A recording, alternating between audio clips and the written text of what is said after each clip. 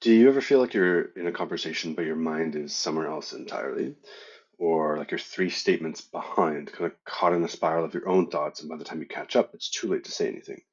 Then the anxiety sets in. You start worrying about how you look to others, if they can tell you're completely checked out, and if you even fit in.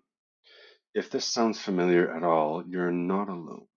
Many people with inattentive ADHD also experience anxiety.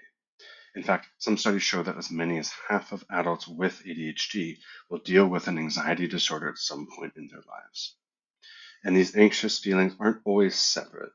Often they're actually a direct result of the challenges that come with ADHD. One of the most common ways the connection between anxiety and ADHD shows up is through masking. Masking is when we consciously or unconsciously hide our ADHD traits just to fit in.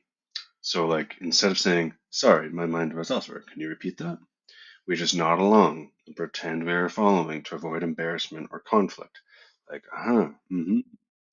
We might over-prepare for social situations, constantly monitor our behavior, or meticulously plan everything out of a deep fear of doing something wrong, constantly sort of on edge thinking about and predicting in situations.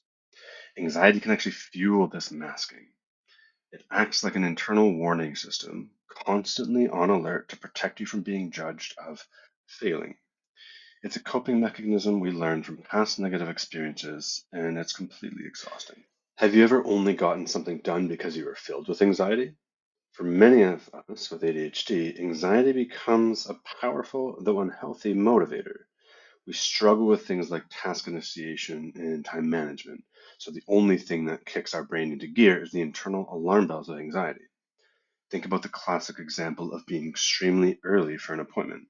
You might struggle with time blindness, and the intense anxiety about being late leads you to overcompensate. You end up pacing your living room 20 minutes before you need to leave, all because your mind is racing with the fear of being late.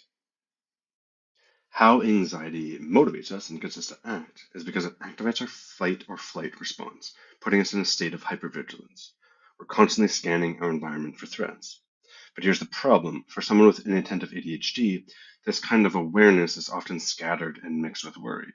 So instead of helping us focus, it can make us even more distracted. Right? We're already sort of distracted. Now there's this intense energy moving through our mind and body. We might also start relying on others to navigate social situations. If our internal compass feels unreliable, we follow the leader and go with the flow rather than initiating anything ourselves. We become people pleasers, maybe, prioritizing what others want because it feels safer than trusting our own instincts. This can also lead to what's often called ADHD paralysis, or choice paralysis, or analysis paralysis. An impulse to do something clashes with the anxiety of making the wrong choice.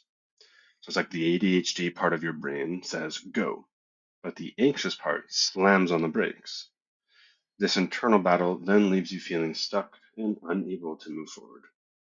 So, using anxiety as a primary coping mechanism, consciously or unconsciously, offers short term relief, but it comes with a huge long term cost.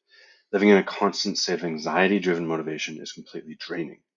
Life can become less enjoyable and more stressful as you're always on, operating to avoid failure rather than from genuine interest.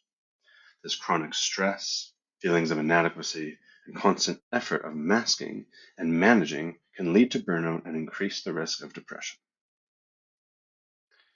So, understanding the complex relationship between your inattentive ADHD and anxiety is the first step toward healing and doing something about it. Your anxiety isn't something you choose or you chose. It's a protective mechanism your body developed to keep you safe from perceived threats. It's not something we want to villainize, right? Something we want to use as a tool more consciously. So, recognizing that anxiety might be serving as an unhelpful coping strategy for you right now, and then you can open the door to finding healthier, more sustainable ways to manage your ADHD symptoms.